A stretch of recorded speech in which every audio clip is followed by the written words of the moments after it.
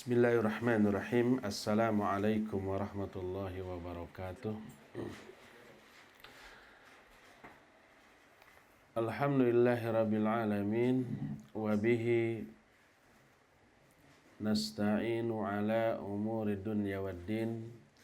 Wal aqibatu lil muttaqin. Wala udwana illa ala zalimin. Wa ashhadu an la ilaha illallah al-malikul haqqul mubin. Wa ashhadu anna Muhammadan abduhu wa rasuluhu sadiqul wa'dil amin. Wassalatu wassalamu ala ashrafil anbiya'i wal mursalin wa ala alihi wa ashabihi ajmain wa man tabi'ahum bi ihsanin ila yaumiddin. Wa ba'd. Ikhwati fillah, azanillahu wa iyyakum. Para bapak, para ibu yang ada di belahan dunia sebelah barat, yang ada di benua yang mungkin terjauh dengan negeri Indonesia, di New York, di Vancouver, Kanada, kemudian di mana lagi, Texas, iya, dan juga para pendengar Radio Roja Bandung di 1476 AM, juga pendengar Radio Al-Bayan Cianjur di 107,7 FM, juga para pendengar melalui streaming baik Radio Roja ataupun Radio Al-Bayan di mana saja Anda berada. Alhamdulillah, pagi ini kembali kita berjumpa untuk melanjutkan bahasan tentang cinta, urusan cinta. Walaupun kita sudah dibilang tidak muda lagi, tapi kita masih tetap akan berbicara tentang cinta. Tapi yang dimaksud cinta di sini bukanlah cinta syahwat, bukan cinta birahi, tapi cinta imani, cinta karena Allah Azza wa Jalla dan bukan karena dunia. Tema yang kita angkat adalah jangan salah dalam mencinta. Dan ini pembicaraan jilid kedua. Setelah di jilid yang pertama kita membahas beberapa keutamaan mencintai sesama muslim karena Allah Azza wa Jalla, yang begitu banyak, begitu agung, begitu menguntungkan baik dunia ataupun keuntungan di akhirat. Sudah kita terangkan bahwa mencintai sesama makhluk, sesama muslim, erat kaitannya dengan aspek akidah, aspek iman. Salah satu di antara aplikasi tauhid kita, perwujudan dari akidah dan iman kita adalah mencintai sesama muslim karena Allah dan menunjukkan rasa cinta kepada sesama muslim itu dalam bentuk akhlak yang mulia, akhlak yang baik. Makanya Nabi SAW sering mengaitkan antara iman dan akhlak, iman dan aplikasi cinta kepada sesama muslim. Man kana yu'minu billahi wal yaumil akhir falyaqul khairan aw liyasmut, falyukrim dhaifah, falyukrim jarahu. Siapa orang yang beriman kepada Allah dan hari akhir, hendaklah dia berbicara yang baik atau diam. Hendaklah memuliakan tamu, memuliakan tetangga, berbicara baik atau diam. Itu interaksi kita dengan sesama muslim. Jangan sampai menyakiti, jangan sampai mengganggu tetangga, jangan sampai juga menelantarkan tamu yang datang kepada kita. Jadi aspek sosial ini merupakan perwujudan dari aspek akidah, iman kepada Allah dan hari akhir, diwujudkan dalam bentuk sebaik-baik interaksi dengan sesama makhluk. Juga dijelaskan dalam salah satu hadis, Nabi alaihi salatu wassalam bersabda, "Authaqu ural Islam al-hubbu fillah wal bughdu fillah. Sekuat-kuat tali Islam adalah al-hubbu fillah wal bughdu fillah. Mencintai karena Allah dan juga membenci karena Allah. Cinta dan benci yang kita ungkapkan kepada sesama manusia wajib semuanya karena Allah. Dan itu disebut dengan authaqu ural Islam, sekuat-kuat tali Islam. Yang dimaksud tali Islam di sini adalah kalimatut tauhid, la ilaha illallah. Sebab dalam salah satu ayat Allah berfirman, wa may yakfur bit-taghut wa yu'min billah faqad istamsaka bil urwatil wuthqa. Siapa orang yang kufur kepada taghut dan iman kepada Allah. Kufur kepada taghut itu la ilaha. Iman kepada Allah itu illallah. Siapa yang kufur kepada taghut dan iman kepada Allah, faqad istamsaka bil urwatil wuthqa. Orang itu berarti sudah berpegang teguh kepada tali Allah yang kuat. Berpegang teguh kepada tali Islam yang kuat. Al-urwatul wuthqa itu la ilaha illallah. Dan ini termasuk yang kita maksud tadi, sekuat-kuat tali Islam, ya, tali Islam itu la ilaha illallah. Itu adalah ternyata diaplikasikan dalam bentuk al-hubbu fillah wal bughdu fillah. Mencintai karena Allah, membenci juga karena Allah. Adapun yang dimaksud mencintai karena Allah adalah mencintai pertama orang-orang yang Allah cintai. Kedua, mencintai apapun yang Allah cintai. Ketiga, mencintai waktu-waktu dan tempat-tempat yang dicintai oleh Allah Azza wa Jalla. Mencintai orang-orang yang Allah cintai dan Allah perintahkan untuk kita cintai, ya mencintai para nabi dan para rasul.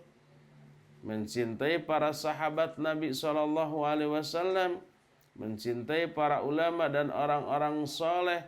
Mencintai sesama muslim yang keutamaannya sudah kita terangkan pada pertemuan kita yang lalu. Mencintai juga tempat-tempat yang Allah perintahkan untuk kita cintai. Jelas Masjidil Haram, Masjid Nabawi, Masjidil Aqsa, dan semua masjid, semua tempat-tempat ibadah, tempat-tempat amal soleh harus kita cintai. Juga mencintai waktu-waktu yang Allah perintahkan untuk kita cintai, seperti mencintai bulan Ramadan, mencintai Lailatul Qadar, dan juga mencintai seluruh amal soleh. Itulah yang dimaksud dengan mencintai karena Allah. Membenci karena Allah juga demikian, membenci orang-orang yang Allah benci dan orang-orang yang Allah perintahkan untuk kita benci. Membenci orang-orang kafir, membenci orang-orang musyrik, membenci orang-orang yang memang Allah perintahkan untuk kita benci. Jangan sampai orang itu oleh Allah dibenci, oleh kita dicintai. Atau sebaliknya, orang itu oleh Allah dicintai, oleh kita dibenci, dimusuhi. Maka itu sama saja dengan mengajak perang kepada Allah Azza wa Jalla. Dan Allah juga mengumandangkan genderang perang kepada orang seperti itu. Kepada orang yang salah mencintai dan salah membenci. Allah Azza wa Jalla berfirman dalam salah satu hadis qudsi. Hadis ini sahih diriwayatkan oleh Imam Bukhari dalam kitab Sahih Bukhari. Rasul sallallahu alaihi wasallam bersabda bahwa Allah Azza wa Jalla berfirman, "Man 'ada li waliyan faqad adzantuhu bil harb." Siapa orang yang memusuhi wali-waliku. Wali Allah itu orang-orang yang dicintai oleh Allah. Wali-wali Allah itu kekasih-kekasih Allah. yaitu orang-orang yang beriman dan bertakwa. Ala inna awliya Allahi la khaufun alaihim wa lahum yahzanun alladzina amanu wa hum yattaqun. Kata Allah itu dalam Al-Quran. Ingat bahwa wali-wali Allah itu la khaufun alaihim, mereka tidak akan pernah merasakan ketakutan. Walahum yahzanun, mereka juga tidak akan merasakan kesedihan. Itu wali Allah. Siapa wali Allah itu? Alladzina amanu wa hum yattaqun. Orang-orang yang beriman dan orang-orang yang bertakwa. Yang kadar kewalian orang itu di mata Allah sinergi berbanding lurus dengan kadar iman dan takwa dia kepada Allah. Makin iman kepada Allah, makin takwa kepada Allah, makin kuat dan besar kadar kewalian dia di mata Allah Azza wa Jalla, makin besar juga rasa cinta Allah kepada orang itu. Itulah wali Allah, itulah kekasih Allah, itulah orang-orang yang Allah cintai. Lalu Allah menyatakan man ada li waliyan faqad adzantuhu bil harb. Siapa orang yang membenci waliku, membenci kekasihku, aku kumandangkan genderang perang kepada orang itu. Ngajak perang kepada Allah. Orang-orang yang salah membenci, salah mencintai, yang dicintai oleh Allah dibenci, yang dibenci oleh Allah dicintai. Salah dalam mencintai, salah dalam membenci, sama dengan ngajak perang kepada Allah. Dan Allah juga mengumandangkan genderang perang kepada orang itu sebagaimana yang dijelaskan di dalam hadis yang tadi. Saya ingin dulu menjelaskan betapa besar resiko dari salah mencintai dan salah gaul. Pertama, kesalahan dalam mencintai, ya, bukan karena Allah. Mencintai, membencinya tidak didasarkan karena Allah, tapi karena kepentingan-kepentingan dunia. Kita mencintai orang yang kaya raya, mudah-mudahan kita kecipratan kekayaannya. Mudah-mudahan diajak di dalam proyek-proyek pekerjaannya sehingga kita juga kebagian dari uang yang terdapat di dalam proyek tersebut. Kita mencintai dia karena jabatannya, karena kedudukannya, karena pangkatnya. Itu karena duniawi. Atau dia kita cintai karena popularitasnya, sehingga kita ini numpang beken terhadap kebekenan dia, gitu ya. Itu mencintai karena dunia.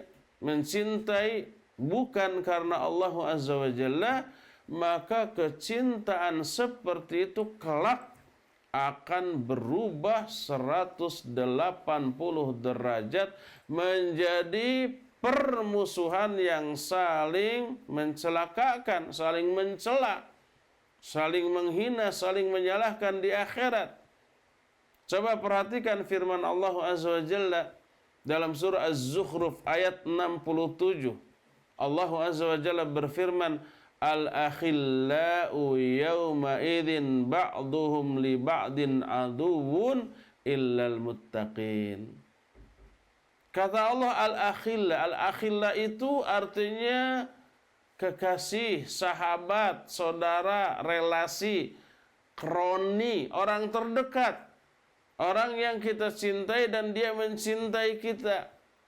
Al-akhilla, orang-orang yang bersaudara, yauma idzin, pada hari itu, pada hari kiamat, ba'duhum li ba'din aduwwun, sebagian mereka akan menjadi musuh bagi sebagian yang lainnya. Ketika di dunianya bersahabat, di akhiratnya menjadi musuh. Di dunianya saling mencintai, di akhiratnya saling membenci. Semua persaudaraan, semua persahabatan, semua rasa cinta antar sesama manusia yang terjalin selama di dunia, di akhirat nanti akan berubah menjadi permusuhan, illal muttaqin, kecuali orang-orang yang bertakwa. Jalinan kasih sayang antar sesama orang yang bertakwa, jalinan persaudaraan persahabatan antara orang-orang bertakwa tidak akan berubah menjadi permusuhan di akhirat kelak. Bahkan akan saling menguntungkan, saling menyelamatkan. Karena apa? Orang yang bertakwa mendasarkan persahabatannya, persaudaranya, cinta dan kasihnya itu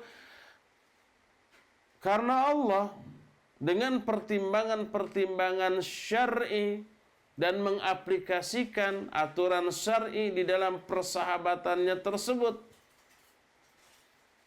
Adapun orang yang mendasarkan persaudaraan, persahabatannya karena dunia, akan berubah menjadi permusuhan. Karena dia akan memenuhi keinginan sahabatnya, saudaranya, kawan dekatnya hanya sekedar untuk kepentingan dunia dia, sekalipun berakibat melanggar apa yang Allah larang.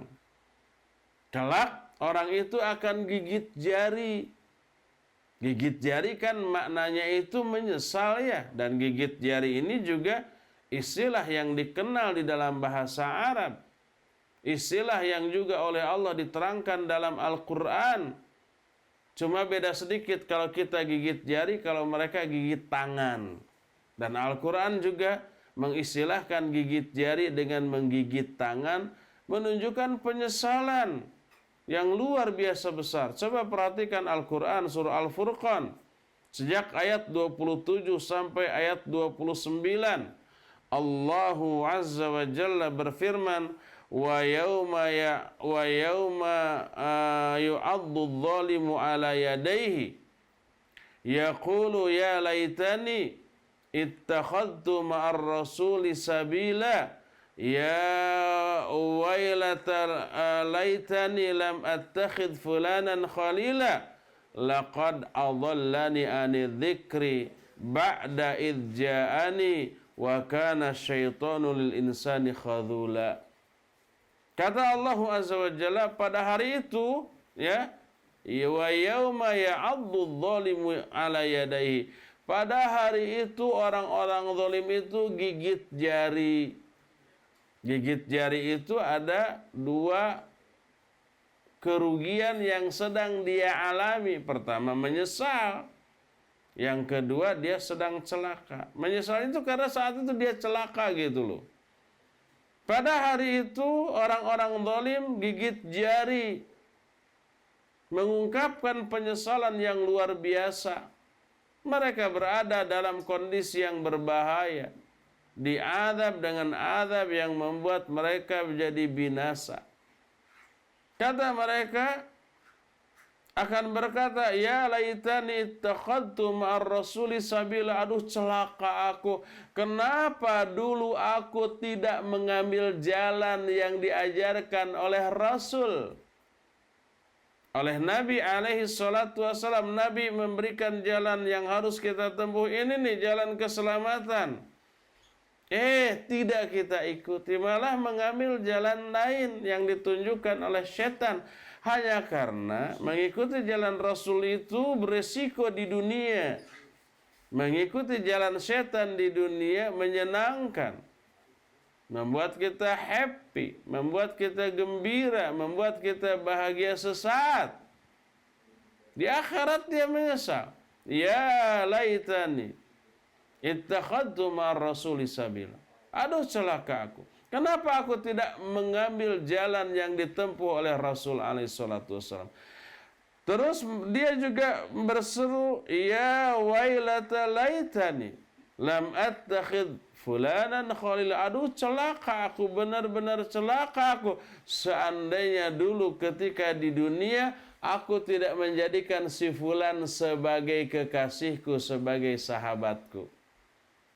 Dia menyesal itu karena menjadikan kawannya yang dulu berkawan dengan dia di dunia, dalam urusan dunia, itu dia jadikan sebagai sahabat. Dia menyesal. Aduh celaka aku, seandainya dulu aku tidak menjadikan dia sebagai kawanku, sahabat dekatku, saudara karibku. Karena apa? Laqad adallani ani dzikri. Kawanku itu telah menyesatkan aku dari peringatan Allah ba'da idh ja'ani, setelah peringatan Allah itu datang kepadaku. Kita sudah dapat hidayah dari Allah untuk mau hadir ke majelis pengajian, mau berinteraksi dengan sesama ikhwan akhwat yang rajin mengikuti pengajian, sudah ikut juga mendengarkan Radio Roja, sudah gabung kepada Persiraja, Persatuan Pendengar Radio Roja, katanya ada di sana Persiraja. Sudah datang itu peringatan dari Allah. Tarajul datang si fulan. Tarajul itu artinya datang. Dia datang. Oh, ngaji malah bisa lain kali. Mumpung masih muda kita happy-happy. Muda foya-foya, ya. Mati masuk surga. Enak banget. Mana mungkin yang foya-foya bisa masuk surga? Akhirnya nantilah tinggalkan dulu ngaji mah. Bisa kapan bisa buka YouTube. Barijeng bu YouTube kita dibuka-buka wae eta teh. Lajen dibuka nutup para ruguh. Bukan yang ceramahnya, bukan yang pengajiannya. Buka internet. Paling buka YouTube, buka pengajiannya 5 menit, 10 menit. Setelah itu belok ke yang lain-lain, ke yang macam-macam. Kemudian meren kalau di daerah Amerika, di benua Amerika di sana mah bebas, tidak ada blokir-blokiran terhadap situs-situs tertentu. Kalau di Indonesia nggak bisa. Begitu mau masuk ke situs tersebut, diblokir, nggak bisa dibuka. Kalau di sana mungkin bebas. Ya. Ada yang mengajak membelokkan kita dari petunjuk dan peringatan Allah Azza wa Jalla, lalu kita ikuti. Happy benar. Sesaat tapi hanya di dunia yang jangka waktunya pasti ada batasannya, nggak lama. Dan yang lama ini pasti akan kita tinggalkan. Akhirat pasti akan kita datangi. Tapi orang jarang mempersiapkan diri menghadapi alam akhirat yang pasti kita datangi. Lebih fokus kepada alam yang sekarang. Padahal yang sekarang ini pasti akan kita tinggalkan. Kita pasti mati untuk menuju alam akhirat. Yang keadaan di alam akhirat jauh lebih menyengsarakan apabila kita lalai ketika di dunianya. Dan jauh membahagiakan apabila ketika hidup di dunia ini kita waspada. Kita berada di atas rel yang Allah Azza wa Jalla ridhai. Orang tadi menyesal dengan penyesalan yang besar. Ya wailata ya laitani lam attakhidh fulanan khalila. Aduh celaka aku. Seandainya dulu tidak menjadikan si fulan sebagai sahabatku, sebagai kekasihku, sebagai kawan dekatku, laqad adallani an dzikri ba'da idh ja'ani. Kawanku tersebut telah menyesatkan aku dari peringatan Allah setelah peringatan itu datang kepadaku. Ya. Ini orang yang kelak di akhiratnya menyesal karena salah mencintai, salah gaul, salah bersahabat, akhirnya mengikuti kawan dekatnya tersebut, akhirnya tersesatkan dan dia gigit jari di akhirat. Kenapa orang yang salah mencintai itu berbahaya bagi dia? Karena orang yang kita cintai, orang yang bersahabat dengan kita, memberikan banyak pengaruh kepada pola pikir kita, akidah kita malah, tingkah laku kita, akhlak kita, kebiasaan-kebiasaan kita. Makanya dalam bahasa Arab disebut as-sahib, sahib. As-sahib artinya sahabat. Sahib artinya yang menyeret, yang menarik. Sahabat adalah sesuatu yang menyeret kita karena mempengaruhi. Makanya Nabi SAW bersabda, "Al-mar'u 'ala dini khalili. Falyanzur ahadukum may yukhalil." Seseorang itu agamanya akan dipengaruhi oleh agama kawannya. Maka hendaklah Setiap orang memperhatikan dengan siapa dia berkawan. Yang dimaksud agama seseorang akan sangat dipengaruhi oleh agama kawannya, maknanya baik pemahaman ataupun pengamalan. Kita tadinya memiliki pemahaman seperti ini. Gaul dengan orang yang pemahamannya berbeda, sering interaksi, sering ngobrol, sering diskusi, kita terbawa, terpengaruh oleh pemahaman dia. Berubah tuh. Belum lagi pengamalan. Kita selama ini memelihara sholat berjamaah 5 waktu di awal waktu bersama imam di masjid. Gaul dengan orang yang enggak sholat.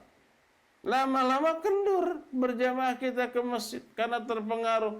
Pas lagi asik-asiknya ngobrol, ngong azan. Kita bilang, nah saya mau ke masjid. Nanti lagi seru-serunya nanti ke masjid, nah tenang. Masih banyak waktu kok. Akhirnya ikut tuh. Akhirnya dia ikut melalaikan sholat. Lama-lama mungkin meninggalkan sholat. Orang yang tadinya umpamanya anti rokok, tidak mau merokok. Pertama karena memang dididik di lingkungan keluarganya tidak merokok. Kedua mengetahui bahaya rokok. Ketiga mengetahui mengenal hukum haramnya rokok dari para ulama. Yang dibeberkan oleh para ustadz berdasarkan dalil dari Al-Quran dan As-Sunnah. Gaul sama orang-orang yang ngerokok. Ya. Ditawari, ayo, enggak, makasih. Saya lagi batuk. Enggak berani umpamanya enggak ngerokok, gengsi. Lagi batuk, gitu. Enggak kedengaran batuk, iya nanti.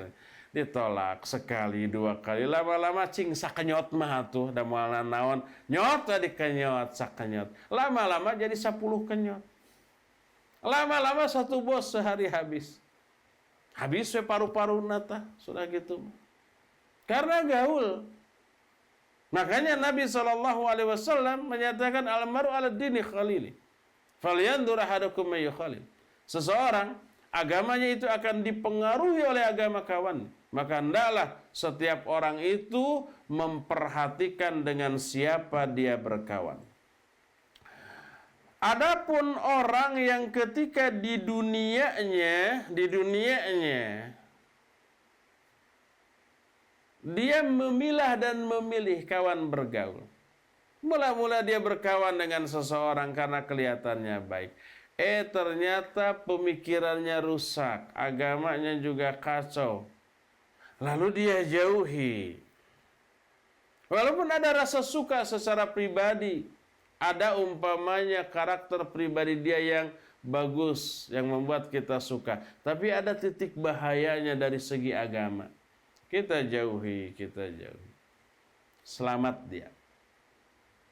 Di akhirat orang itu digambarkan oleh Allah Azza wa Jalla ketika orang itu masuk ke dalam surga. Diterangkan oleh Allah Azza wa Jalla dalam Quran surah As-Saffat mulai ayat 50 sampai ayat 62. Allah Azza wa Jalla berfirman, fa aqbala ba'dhum 'ala ba'di yatasaalun.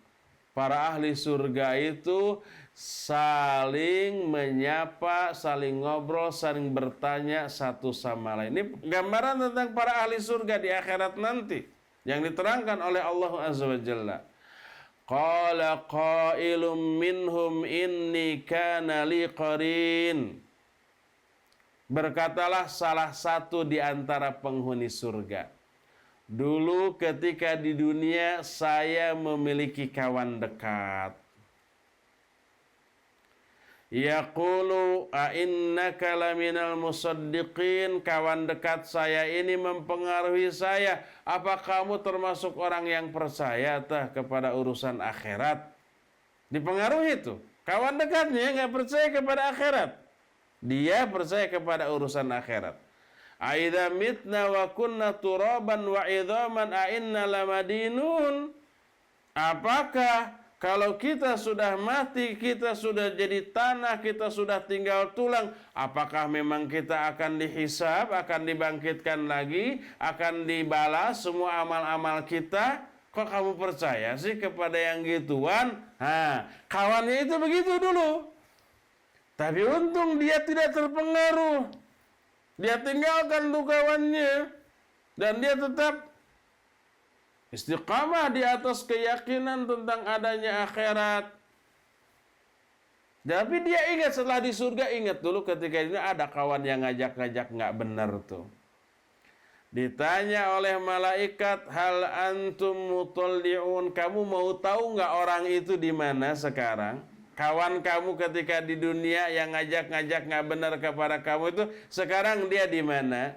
Ya mau, saya ingin tahu di mana dia dan bagaimana dia. Fa'atla'a fara'ahu fisawail jahim. Diperlihatkanlah kawannya itu, maka dia melihat kawannya itu ada di neraka jahim, sedang mengalami merasakan azab, sedang eker nandangan kanyeri kaperi di neraka jahim. Melihat begitu kaget. Qala tallahi in kitta laturdin walaula ni'matu rabbi lakuntu minal muhdharin. Lalu berkatalah ahli surga, demi Allah, hampir saja kamu membawa aku kepada kebinasaan. Hampir saja kamu juga mencelakai aku tuh. Untung aku tinggalkan kamu dulu ketika di dunia. Walaula ni'matur rabbi, seandainya tidak ada nikmat hidayah dari Allah kepadaku, lakuntu minal muhdharin, aku pun pasti akan termasuk golongan orang yang celaka seperti kamu. Ini untung orang ini ketika di dunianya, ketika kawan yang ngajak nggak benar, nggak ikut-ikutan, nggak mau, ditinggalkan kawannya itu. Akhirnya di akhiratnya satu, yang kawannya yang ngajak nggak benar itu ke neraka, yang diajak nggak benar tapi istiqamah di atas kebenaran, dia tetap berada dalam surga. Dan ingat kepada kasus ketika di dunia itu, dan ingin lihat mana kawan saya itu, oh gening di situ. Akhirnya dia merasakan beruntung karena telah menjauhi sahabatnya yang dulu ketika di dunia itu mau mengajak kepada keburukan. Makanya berkata Rasul alaihi salatu wassalam dalam salah satu hadis yang dikeluarkan oleh Imam Abu Daud dan Imam At-Tirmidzi dengan sanad yang sahih, Nabi sallallahu alaihi wasallam menyatakan, la tusahib illa mu'minan wa la ya'kul ta'amaka illa taqiyun. Janganlah kalian bersahabat kecuali dengan seorang mukmin, dan jangan sampai makan makananmu kecuali orang-orang yang bertakwa. Itu ruginya apabila tadi kita bersahabat, bersaudara, dekat dengan orang-orang yang dibenci oleh Allah, yang akan mengajak kita kepada keburukan. Nah, sekarang apa keuntungan apabila kita bersahabat dengan orang-orang mukmin, dengan orang-orang yang soleh? Tentu saja, ya, keuntungannya banyak, dunia akhirat, lahir dan batin, individu dan juga keluarga. Apa saja keuntungan dari mencintai orang yang soleh? Pertama, kedudukan kita di akhirat kelak sangat dipengaruhi oleh orang yang kita cintai. Siapa yang kita cintai? Karena apa? Karena setiap orang akan di satu golongan kan dijadikan bersama-sama dengan orang yang dicintainya di akhirat. Seorang sahabat namanya Anas radhiyallahu anhu menyatakan, anna a'rabiyan qala li Rasulillah sallallahu alaihi wasallam, mata as-sa'ah? Qala Rasul sallallahu alaihi wasallam, ma'adadta laha? Qala hubbullahi wa rasulih. Qal anta ma'aman ahbabata. Ada seorang Arab Badui datang kepada Rasul alaihi salatu wassalam, lalu bertanya, wahai Rasulullah, kapankah datangnya kiamat? Maka dijawab oleh Nabi sallallahu alaihi wasallam, ma'adaddalah, apa yang kamu sudah siapkan untuk menghadapinya. Nabi tidak menjawab waktunya kapan, karena beliau tidak tahu. Jangankan beliau, malaikat Jibril saja tidak tahu. Tidak ada yang tahu kapan terjadinya kiamat kecuali Allah. Para malaikat nggak tahu, termasuk malaikat termulia yaitu siapa? Malaikat Jibril. Ketika malaikat Jibril datang kepada Nabi SAW, malaikat Jibril bertanya, akhbirni anis sa'ah. Coba jelaskan kepada saya tentang kiamat. Kapan terjadinya kiamat? Nabi menjawab, ya, mal mas'ulu anha bi'a'lama minas sa'il. Orang yang ditanya tidak lebih tahu dibanding yang bertanya. Jadi dua-duanya, malaikat Jibril nggak tahu, Nabi SAW juga tidak tahu. Pas ada orang bertanya, wahai Rasulullah, kapan terjadinya kiamat? Nabi SAW tidak menjawab waktunya, tapi balik bertanya, ma'a'dadta laha, apa yang sudah kamu persiapkan untuk menghadapi kiamat? Orang ini menjawab, tidak ada persiapan saya kecuali satu, cinta kepada Allah dan Rasulnya, itu saja. Apa kata Nabi SAW? Anta ma'aman ahbabta. Kamu akan bersama-sama orang yang kamu cintai di akhirat. Sekalipun amal kamu jauh berada di bawah orang-orang yang kamu cintai tersebut. Yang dicintai oleh kita itu amalannya luar biasa, hebat, soleh. Kita tidak sehebat itu, jauh di bawah itu. Tapi di akhirat akan di satu golongankan, di satu levelkan, di satu tingkatkan di surganya. Mendengar itu, Anas radhiyallahu anhu menyatakan, fa uhibbu Rasul sallallahu alaihi wasallam wa Abu Bakr wa Umar wa arju an akuna minhum. Maka sejak satu aku mencintai Rasul sallallahu alaihi wasallam, Abu Bakar dan Umar, dan aku berharap aku akan bersama-sama mereka pada hari kiamat, sekalipun amalku jauh berada di bawah amal mereka. Ini keuntungan orang yang mencintai orang yang soleh. Cintailah para nabi, para rasul. Cintailah para sahabat Nabi SAW. Cintailah para ulama dan para solihin.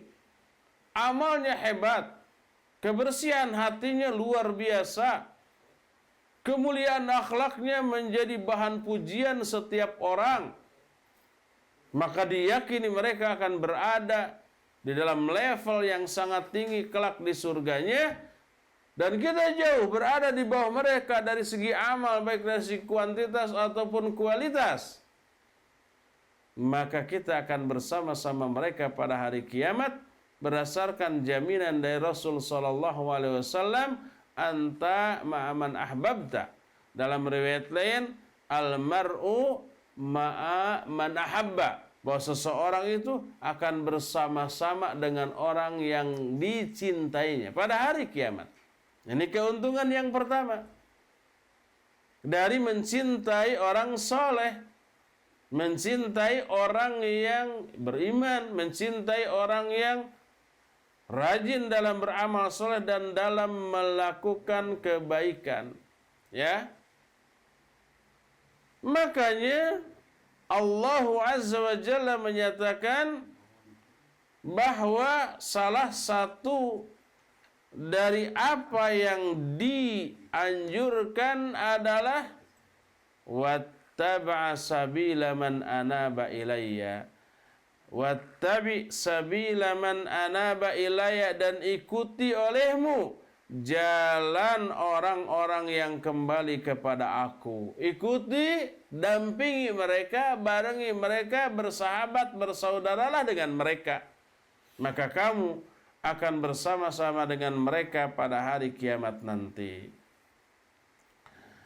Sebaliknya, Allah Azza wa Jalla melarang kita untuk dekat, bergaul, bersahabat, dan bersaudara dengan orang-orang yang hatinya lalai, dengan orang-orang yang hatinya selalu memperturutkan hawa nafsu, dengan orang-orang yang enggan mengingat dan berzikir kepada Allah Azza wa Jalla, dengan orang yang matre, dengan orang yang orientasi hidupnya hanya dunia, dunia, dunia, dan melalaikan akhirat.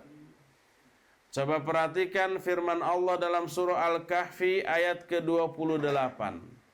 Allah berfirman, "Wala tuti' man aghfalna qalbahu an dzikrina wattaba'a hawahu wa kana amruhu furta." Kata Allah, janganlah kamu ikuti, janganlah kamu taati, janganlah kamu barengi orang-orang yang telah kami lalaikan hatinya dalam mengingat kami dan hanya memperturutkan hawa nafsunya semata-mata. Jangan ikuti kayak orang yang seperti itu. Jangan dijadikan kawan, jangan dijadikan sahabat, jangan dijadikan saudara. Coba lihat lagi Al-Quran surah Toha ayat 16. Fala yasuddannaka anha man la yu'minu biha wattaba'a hawah. Kata Allah, jangan sampai menghalangi kamu orang-orang yang tidak beriman dan hanya memperturutkan hawa nafsunya. Yang tidak beriman, yang selalu mengikuti hawa nafsu. Ya, jangan sampai mereka menghalangi kita dari hidayah dengan cara bersahabat dengan mereka. Jangan jadikan mereka sahabat. Jangan jadikan mereka bersaudara bagi kita. Coba lihat surah An-Najm ayat yang ke-29. Allah pun berfirman, "Fa'arid amman tawalla an dzikrina wa lam yurid illal hayatad dunya." Berpalinglah kamu dari orang-orang yang lalai dari mengingat kami dan dia tidak menginginkan apapun kecuali hanya kehidupan di dunia. Tidak ada persiapan untuk menghadapi kehidupan akhirat. Yang dia kejar dunia, dunia, dunia dan terus dunia. Dia memperturutkan hawa nafsu. Kata Allah, fa'arid amman tawalla an dzikrina. Kamu harus berpaling dari mereka. Kudu ngabalieur, kudu malengos, ulah dijadikan rarencangan sobat dulur atanapi jalmi anu deukeut tina kahirupan sapopoe. Jangan sampai menjadikan mereka sebagai sahabat dekat, lalu agama kita, akhlak kita terpengaruh kepada pengaruh yang buruk yang mereka bawa dalam kehidupan kita melalui pergaulan kita dengan mereka. Maka itulah ayat-ayat yang menjelaskan larangan untuk mengikuti mereka, bersahabat dengan mereka, bersaudara dengan mereka, dan dekat serta akrab dengan mereka. Ya. Jadi keuntungan pertama bersahabat dengan orang soleh adalah kita akan bersama-sama dengan mereka di akhirat, di level yang sama, di tingkatan yang sama, dalam kondisi kemuliaan yang sama, sekalipun kualitas dan kuantitas ibadah kita dengan mereka sangat jauh, sejauh langit dan bumi. Mereka ahli ibadah, kita lalai dari beribadah. Tapi kita mencintai mereka, kita akan terkatrol dengan kecintaan kita kepada mereka di akhirat. Ini keuntungan pertama. Keuntungan kedua. Keuntungan kedua ini nampaknya harus dibahas dalam judul yang sama jilid 3. Sekarang sudah habis waktu untuk menerangkan, sudah hampir 1 jam. Dan sisa waktu yang ada kira-kira setengah jam ini ya, kita akan gunakan untuk tanya jawab, interaksi dengan para hadirin yang ada di 3 tempat tadi, di New York, di Texas, dan di Vancouver, Kanada. Dan dipersilakan kepada pemandu acara untuk memandu sesi tanya jawab ini dengan peserta yang ada. Alhamdulillahirabbil alamin wa sallallahu ala nabiyina Muhammadin wa ala alihi wa ashabihi wasallam. Silakan. Alhamdulillahirabbil alamin. Jazakallahu khair Ustaz atas tausiahnya. Cukup menggelegar ya, semoga bisa menjadi lampu kuning bagi kita. Baiklah Ustaz, kami memberikan break 1 menit untuk mengumpulkan pertanyaan. Iya. Sebentar Ustaz. Boleh, silakan. Break ini saya gunakan untuk minum.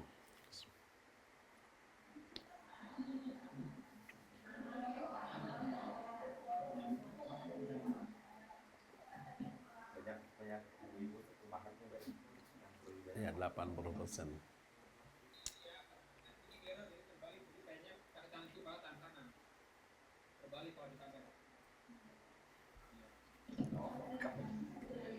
Barusan Ustadz sedikit konfirmasi pada para peserta, karena kalau dari kamera kelihatannya terbalik ininya, kelihatannya Ustadz tadi kan pakai tangan kiri padahal tangan kanan gitu, jadi sekedar untuk klarifikasi bagi yang lain, contoh bagi yang lain. Ini kanan, ini kiri, Betul. di kanan nih. Yang salah teknisi itu, bikin fitnah teknisinya nih. Bikin fitnah ya, nanti jangan-jangan itu ini apa namanya jadi diributkan. Baiklah Ustaz. Alhamdulillah wassalatu wassalamu ala Rasulillah. Assalamualaikum warahmatullahi wabarakatuh. Waalaikumsalam warahmatullahi wabarakatuh. Sudah masuk 4 pertanyaan, alhamdulillah. Sambil menunggu pertanyaan dari New Jersey dan dari Vancouver, kita mulai saja sesi tanya jawab ini. Pertanyaan pertama dari Bapak Bayu asal Kuningan.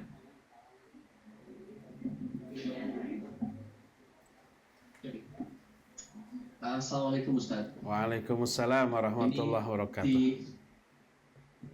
Di Bayu Dei Pak Ustaz. Saya ada satu pertanyaan, itu tentang sedang marak di kita itu tentang fanatisme kelompok dan menjadikan kekelompokan sebagai tolak ukur cinta dan benci. Jadi bagaimana cara mengukurnya? Anda suka terjebak? Iya, kadang-kadang kita terjebak dengan tentang cinta dan benci terhadap kelompok tertentu gitu. Jadi bagaimana ininya? Terima kasih. Assalamualaikum warahmatullahi wabarakatuh. Waalaikumsalam warahmatullahi wabarakatuh. Iya, Kang Bayu ti Kuningan haturan kumaha damang. Pertanyaan dari Kang Bayu sekarang ini dan dari dulu, bukan hanya sekarang. Sejak saya masih muda, sekarang juga masih muda sebenarnya, muncul kelompok-kelompok di dunia dakwah. Ada kelompok ini, kelompok itu. Dan masing-masing kelompok memiliki komunitas tersendiri, aturan tersendiri, imam tersendiri. Ada kalanya mereka berbaiat, ada kalanya tidak. Ada kalanya baiat tersebut dilakukan hanya di level tertentu, level bawahnya belum. Masih perlu proses. Ada kalanya imamnya disembunyikan terlebih dahulu. Anak-anak buahnya tidak tahu. Penasaran terus gitu. Nanti level tertentu bisa ketemu imamnya atau mengetahui imamnya. Mungkin imamnya sehari-hari ketemu tapi nggak tahu bahwa itulah imam. Ya. Mereka yang seperti itu bersikap eksklusif. Dekat, bersahabat, gaul hanya dengan sesama anggota kelompok. Lalu lahir istilah, ini ikhwan kita, itu mah bukan ikhwan kita. Itu akhwat kita, ini ikhwan akhwat orang lain. Berbeda. Kadang-kadang mereka itu menetapkan aturan tidak boleh menikah kecuali dengan sesama kelompoknya. Siapa yang menikah di luar itu ditahdzir, dihajar, dijauhi, dimusuhi atau ada sanksi sosial yang membuat orang tersebut terpojokan di lingkungannya, ya. Iya, apakah itu cara mencintai yang benar? Tidak, itu salah satu kekeliruan dalam mengaplikasikan ajaran Islam ini. Karena apa? Pertama, adanya kelompok sama dengan mengkotak-kotakkan kehidupan kaum muslimin dan membuat sekat antara mereka dengan orang lain, dengan umumnya kaum muslimin. Mereka menyempal dari umumnya kaum muslimin dengan bersikap eksklusif tadi. Lebih parah lagi kalau mereka menganggap kafir di luar golongan mereka. Itu lebih parah lagi. itu benar-benar lebih menyempal lagi dari umumnya kaum muslimin, ya. Dan yang seperti itu pernah diprediksi oleh Nabi sallallahu alaihi wasallam bakal muncul di akhir zaman. Sebagaimana hadis dari Hudzaifah al-Yamani diriwayatkan oleh Imam Bukhari dalam kitab Sahih Bukhari yang panjang, ya. Kata Hudzaifah, "Ya Rasulullah, dulu kami berada dalam kondisi jahiliyah lalu datanglah Islam, maka kami pun berada dalam kebaikan. Apakah setelah kebaikan ini ada keburukan?" Iya. Ditanya, apakah setelah keburukan ini ada kebaikan? Iya. Terus sampai Nabi sallallahu alaihi wasallam menggambarkan satu kondisi yang buruk. Lalu Mu'adz bertanya, "Fama ta'muruna ya Rasulullah?" Bagaimana perintah engkau kepada kami dalam kondisi seperti itu, wahai Rasulullah? Nabi menjawab, "Ilzam jama'atal muslimina wa imamahum." Kamu berpegang teguh kepada jamaah, seluruh jamaah kaum muslimin dan imam mereka. Imam mereka ya pemimpin seluruh kaum muslimin, yaitu khalifah kalau ada. Pegang teguh, jangan ikut yang lain-lain. Lalu Hudzaifah bertanya, "Fa illam yakun imam wala jamaah?" Kalau tidak ada imam, tidak ada jamaah, gimana? Kata Nabi sallallahu alaihi wasallam, ya. Beliau menyatakan, "Fa'tazilu tilkal firaqallaha." Jauhi oleh kamu semua firqah-firqah yang ada. Al-Imam Ibnu Hajar Al-Asqalani rahimahullah kitab Fathul Bari syarah Sahih Bukhari, ketika menjelaskan hadis ini, beliau menyatakan hadis ini menerangkan ketika tidak ada imam kaum muslimin, tidak ada jamaah kaum muslimin yang dipimpin oleh seorang khalifah kaum muslimin, akan muncul firqah-firqah, akan muncul kelompok-kelompok. Lalu advis Nabi SAW, jauhi oleh kamu semua kelompok itu, jangan gabung ke dalam salah satu di antara mereka. Jadi kalau datang orang, yuk ikut kelompok saya begini. Kita bilang, kata Nabi, jauhi itu kelompok seperti kamu itu.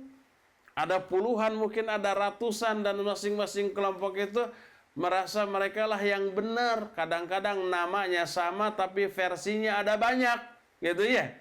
Pemimpinnya ada banyak, satu pemimpin menyesatkan, mengkafirkan, menganggap keliru pemimpin yang lain, kelompok lain, padahal namanya sama, gitu ya. Kata Nabi, "Fa'tazilu tilkal firaq kullaha." Maka jauhi oleh kamu semua firqah-firqah tadi, ya.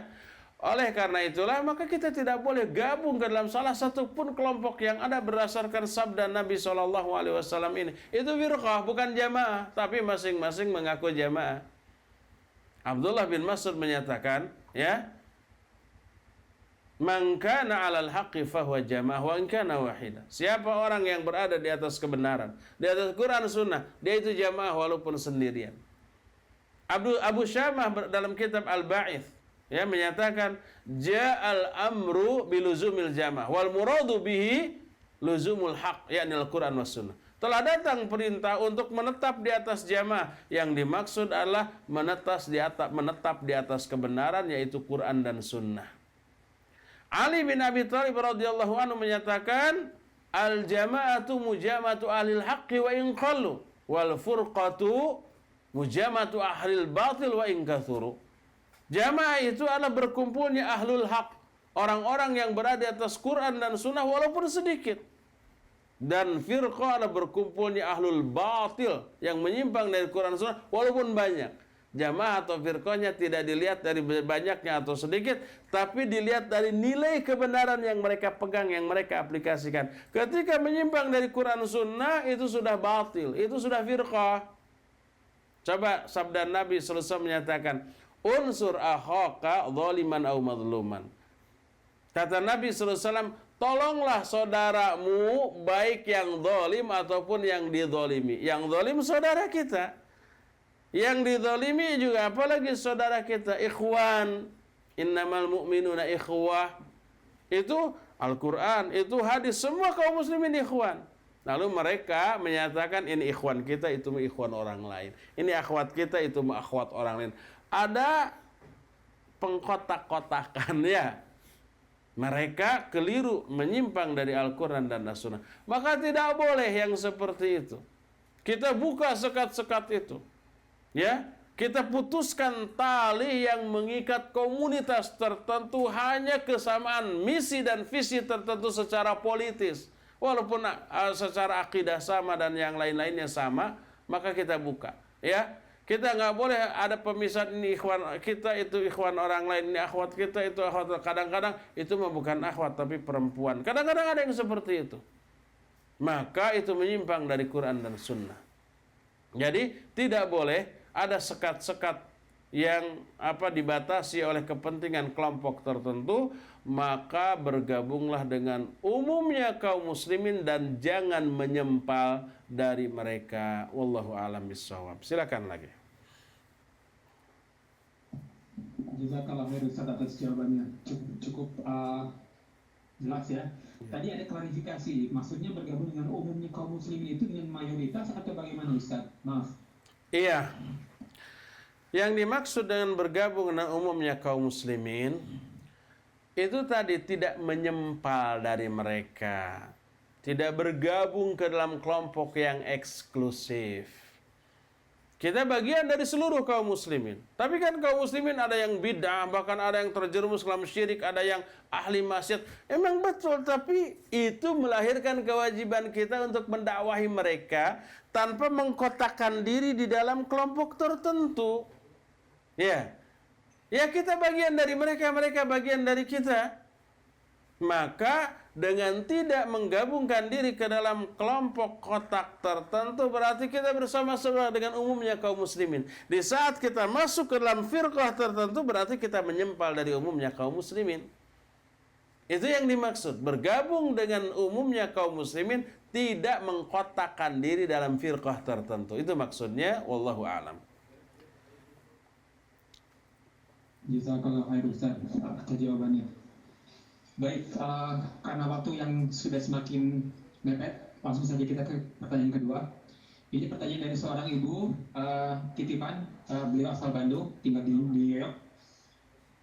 Bagaimana tindakan kita terhadap teman yang walaupun sudah satu pemahaman dan sudah saling mengingatkan dan saling support dalam pengamalan agama, tapi masih suka suudzon, ngomongin di belakang, bahkan ada yang sedikit punya hati yang kotor terhadap kita, apakah harus dijauhi atau dinasihatin? Begitu Ustaz. Iya. Barakallahu fiik ka ibu orang Sunda, orang Bandung nu disebut jenenganana. Duka nyai, duka eis, duka neng. Barakallahu fiik. Iya. Ada orang yang sudah lama ngaji sama kita. Pemahamannya sama, akidahnya sama. Cuma ada satu sisi akhlak yang nggak bagus. Dia suka suudzon, suka ngerumpi di belakang kita. Apa yang harus kita lakukan? Taib.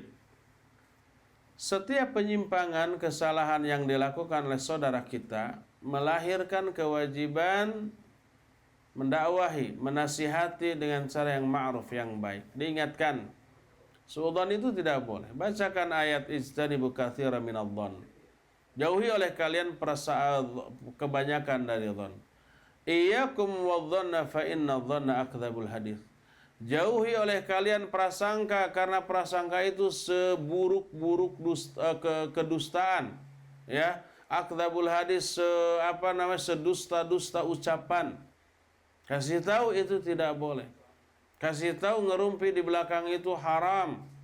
Wala yaghtab ba'dukum ba'du ayuhibbu ahadukum ayyakula lahma akhihi maitan fakarihtumu. Janganlah sebagian kalian menggibahi sebagian yang lain. Sukakah apabila salah seorang di antara kalian memakan daging bangkai saudara kalian yang sudah mati? Pasti kalian tidak suka. Bergibah di belakang orangnya sama dengan memakan bangkai daging bangkai orang itu setelah matinya. Mengerikan, kanibal, jijik. Sejijik itulah gibah.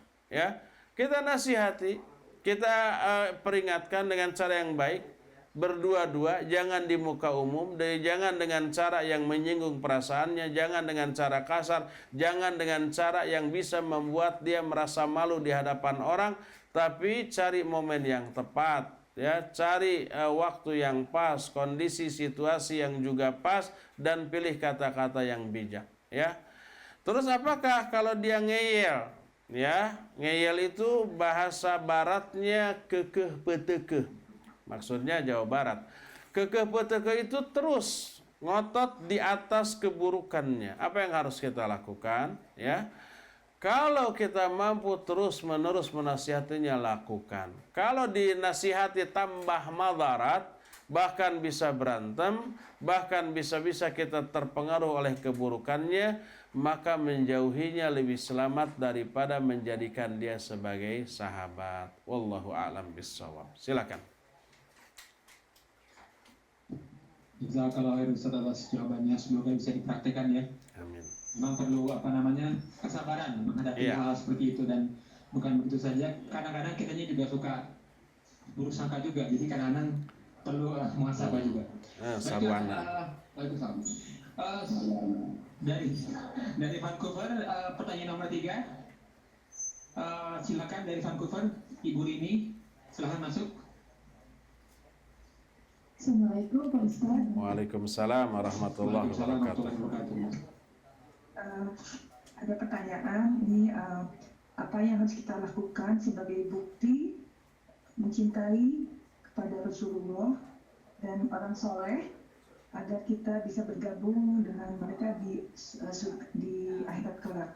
Padahal tadi dijelaskan kita ini sering lalai dan sulit untuk mengikuti amal soleh mereka.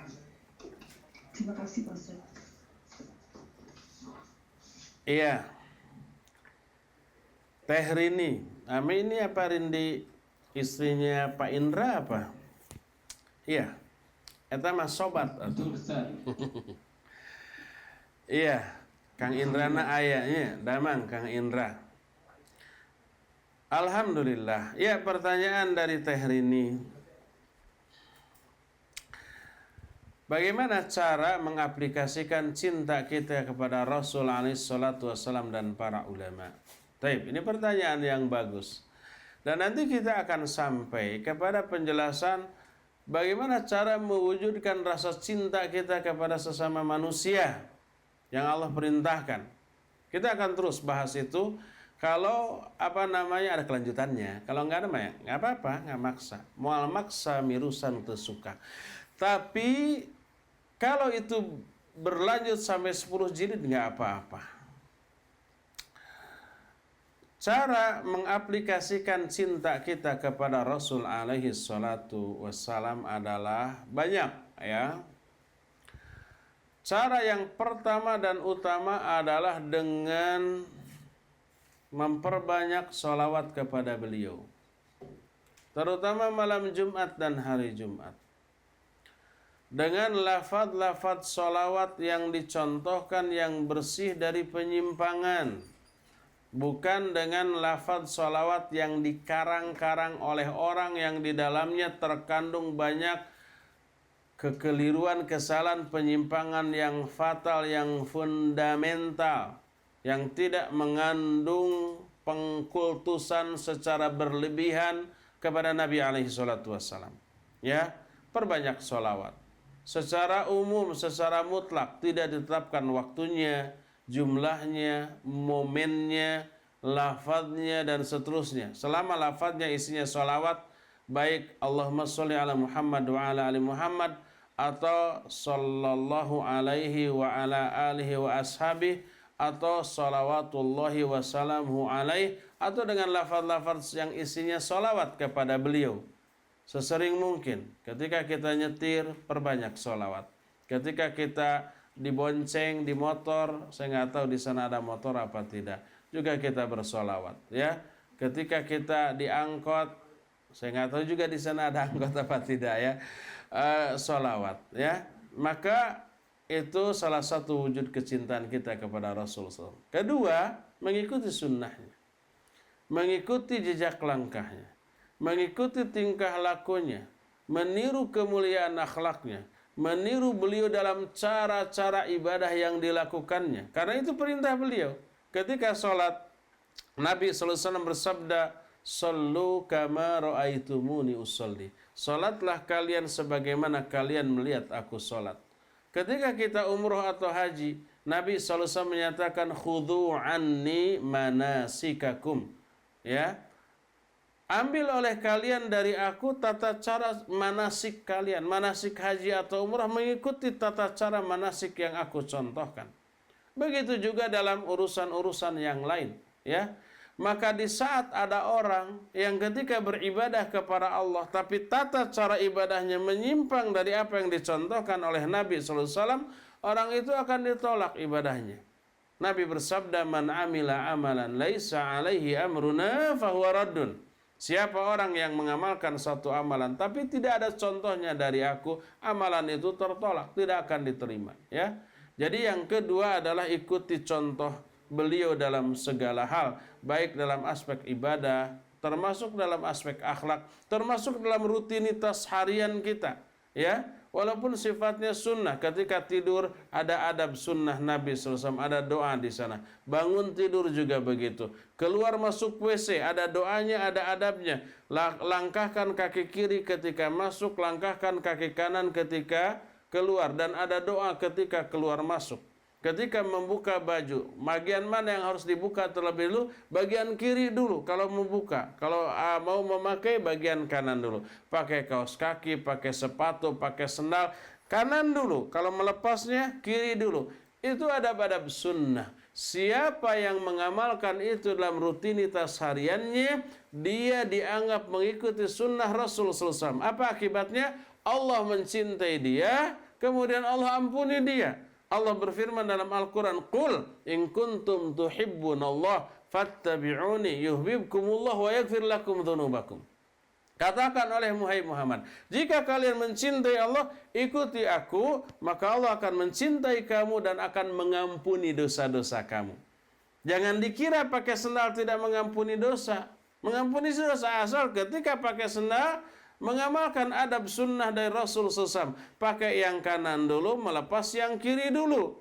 Pakai baju begitu, pakai celana begitu, pakai kaos kaki juga begitu. Keluar masuk WC, apakah tidak jadi ibadah? Ibadah. Langkahkan yang kiri ketika masuk, langkahkan yang kanan ketika keluar. Ada doa ketika keluar dan masuk. Ada adab selama di WC-nya. Tidak menghadap kiblat, tidak membelakangi kiblat, tidak berbicara kecuali kalau terdesak, tidak nyanyi-nyanyi, bahkan tidak boleh zikir dan tidak boleh membaca Al-Quran di dalam WC. Itu adab diperhatikan. Masuk keluar WC jadi ibadah, melahirkan pahala, menghapus dosa. Tapi jangan salah kesimpulan, kalau memang keluar masuk WC ibadah, udah aja sehari semalam puluhan kali keluar masuk WC. Ya enggak, sebab di luar WC ada jenis ibadah yang jauh lebih agung lagi. Tapi sekotor-kotor aktivitas manusia bernilai ibadah. Hubungan suami istri bisa bernilai ibadah, ke WC juga bisa bernilai ibadah, semuanya bisa bernilai ibadah. Kalau apa? Kalau mengikuti sunnah Nabi dalam pelaksanaannya, ya. Itu yang kedua. Ketiga, jauhi segala hal yang diada-adakan yang tidak dicontohkan oleh Nabi sallallahu alaihi wasallam. Beliau bersabda, "Iyyakum wa muhdatsatil umur, fa inna kulla muhdatsatin bid'ah wa kulla bid'atin dhalalah wa kulla dhalalatin finar." Jauhi oleh kalian perkara-perkara baru dalam agama yang diada-adakan. Di zaman nabinya tidak ada, sekarang diadakan dalam perkara agama, bukan dalam perkara dunia. Adapun kalau dalam perkara dunia ya bebas silakan. Tidak dihukumi bid'ah atau tidaknya. Kalau urusan dunia, ya. Kalau urusan akhirat, urusan agama, ikuti beliau dan jauhi perkara-perkara baru yang diada-adakan. Itu diantara beberapa cara mengaplikasikan cinta kita kepada Rasul SAW. Nanti kita akan lebih rinci contoh-contoh aplikasi, bukti-bukti cinta kita kepada sama muslim di jilid-jilid yang berikutnya. Ya, silakan lagi. Kita kalau Ustaz jawabannya cukup lengkap ya. Semoga puas, tapi mungkin belum puas karena insya Allah akan dilanjutkan dengan jilid-jilid selanjutnya. Baiklah, Pak Joko silakan. Tunggu 3 detik Ustaz, agak pincang hari ini mungkin habis main bola. Silakan. Assalamualaikum warahmatullahi wabarakatuh. Waalaikumsalam. Nama saya Joko Suparmono dari Ngawi. Ya, pertanyaannya, apakah respect atau kagum terhadap seseorang fasik itu atau non muslim, Ustaz, maksudnya apakah itu boleh atau terlarang? Ulangi. Mungkin salah. Maksudnya kagum. Kagum. Maksudnya kagum atau respect pada non muslim atau atau orang fasik yang prestasi dunianya itu bagus. Contoh misalnya kita punya HP gitu ya. Saking kita kagumnya sama HP ini, kita seringkali hati kita tuh kagum sama yang membuat HP-nya begitu. Itu batasannya itu sejauh apa itu sampai disebutkan menjadi cinta yang terlarang, Ustaz? Iya. Pak Joko asal Ngawi, Sugeng Rawuh. Pertanyaannya, boleh nggak kagum, respect, takjub kepada orang kafir atau orang fasik atau ahli maksiat atas salah satu prestasi mereka di salah satu bidang, ya? Taib, respect, kagum atau takjub yang ditujukan kepada orang kafir karena prestasi dia dalam salah satu bidang dunia, boleh tidaknya harus dirinci. Kalau sampai mengidolakannya, fotonya dipajang di kamar atau dijadikan DP di BB kita, jadi dipampang di medsos kita. Terlebih ada simbol-simbol kekufuran, simbol-simbol perbuatan syirik, maka haram, tidak boleh. Sampai kaosnya dipakai terus masuk ke dalam masjid, pakai sholat, pakai itu, maka tidak boleh. Seperti betapa banyaknya anak-anak muda sekarang yang gandrung terhadap dunia sepak bola dan mengidolakan pemain sepak bola yang dianggap menonjol tapi kafir. Sampai namanya dan fotonya dipampang di Facebooknya, di media sosialnya. Jadi DP juga di HP-nya. Kadang-kadang kaosnya dipakai lalu dibawa sholat. Maka itu tidak boleh. Karena apa? Karena kekagumannya melebihi batas yang dibolehkan oleh syariat, ya, dan itu bisa membawa pengaruh ke dalam jiwa. Akhirnya dia nanti suatu saat kagum kepada agamanya, pola pikirnya, akidahnya dan seterusnya. Itu berbahaya, bisa menyebabkan dia terbawa atau terseret kepada kemurtadan. Maka tidak boleh, ya. Tapi kalau sebatas kagum dalam arti orang ini cerdas, orang ini kreatif, hanya sebatas begitu saja, tidak ada follow up, tidak ada kelanjutan dari hal itu, maka tidak apa-apa, dibolehkan. Ini yang membuat HP ini luar biasa, nggak kepikiran ya, gitu ya. Tapi tidak sampai berlebih-lebihan, hanya sebatas itu boleh saja. Tapi kalau melebihi itu, sampai dijadikan status, sampai dipampang fotonya, sampai terkagum-kagum, browsing terhadap CV-nya, terhadap data-datanya, terhadap seluruh kronologis yang pernah dia alami selama hidupnya untuk diikuti, maka itu tidak boleh, ya. Itu lebay, kata anak muda sekarang. Itu berlebih-lebihan, tidak boleh sampai ke sana, ya. Wallahu a'lam bishawab. Silakan, terakhir mungkin sekarang. Iya, sebetulnya tinggal 3 menit lagi. Iya. Kita kalau Ustaz tadi atas jawabannya, karena ini saya pribadi, karena saya kagum terhadap iPhone misalnya. Saya tidak pakai iPhone, cuman saya tahu Steve Jobs itu bagaimana. Saya sampai akhirnya melihat dokumenterinya, melihat. Tapi kemudian dalam hati ini bukan kagum, tapi gimana ya, ada semacam ketertarikan aja terhadap kehidupannya. Itu juga terlarang berarti, Ustaz, ya? Iya. Seperti yang tadi disebutkan. Karena kan banyak itu biografinya dan lain-lain. Kita membaca seperti itu. Iya. Iya, membaca biografi orang tertentu termasuk orang kafir untuk dijadikan ibrah. Jangan sampai kita seperti mereka dalam kekafiran, tapi bisa mengambil kelebihan yang bermanfaat, boleh. Kita mempelajari biografi Abu Jahal, Abu Lahab, dan orang-orang kafir untuk diambil ibrah. Keburukannya kita jauhi, kebaikannya kita ambil, maka boleh, tidak apa-apa, gitu ya. Tapi kalau sampai dikagumi secara berlebihan, sampai jalan hidupnya juga ingin kita ikuti, baik-baik ataupun yang salah, baik yang benar ataupun yang keliru, maka tidak boleh ya. Wallahu a'lam. Alhamdulillah Ustaz. Terima kasih atas jawabannya. Baik, ini sudah 2 menit lagi pertanyaan terakhir. Mungkin ini takutnya kepanjangan Ustaz ini jawabannya, karena ini mengenai teknis pelaksanaan dalam memilih sahabat Ustaz. Ini kayaknya jawabannya panjang. Itu di jilid berikutnya itu akan dijelaskan insyaallah. Insya Allah. Semoga kita sampai Allah mengizinkan kita untuk bertemu kembali. Amin. Akhirnya kita telah sampai pada akhir kajian Ustaz. Dan semoga saja Allah memberikan pahala yang besar pada Ustaz, kemudian pada kru Roja, kemudian Yayasan Ihya Sunnah dan Islamia Network atas bantuannya. Dan semoga saja ilmu-ilmu yang telah diberikan pada kita semua bisa kita pahami dan kita aplikasikan. Dan ini menjelang Ramadan, semoga saja kita sampai pada Ramadan dan semoga kita bisa melaksanakan ibadah Ramadan secara maksimal. Amin. Baik Ustaz, kami persilahkan pada Ustaz untuk menutup kajian ini dengan kata penutupnya Ustaz. 1 menit lagi Ustaz. Iya. Iya, para peserta sekalian di mana saja Anda berada, baik di Amerika ataupun di Kanada. Iya, saya berharap bahwa pertemuan itu akan tetap berlanjut sampai beberapa kawan saya di grup SMA saya menyatakan ini kayaknya kalau bisa sampai pada jilid 8. Tapi bisa lebih daripada itu sebab materi yang kita bahas panjang dan poinnya sangat banyak untuk kita bahas, yang semoga Allah Azza wa Jalla mempertemukan kita kembali di masa-masa yang akan datang.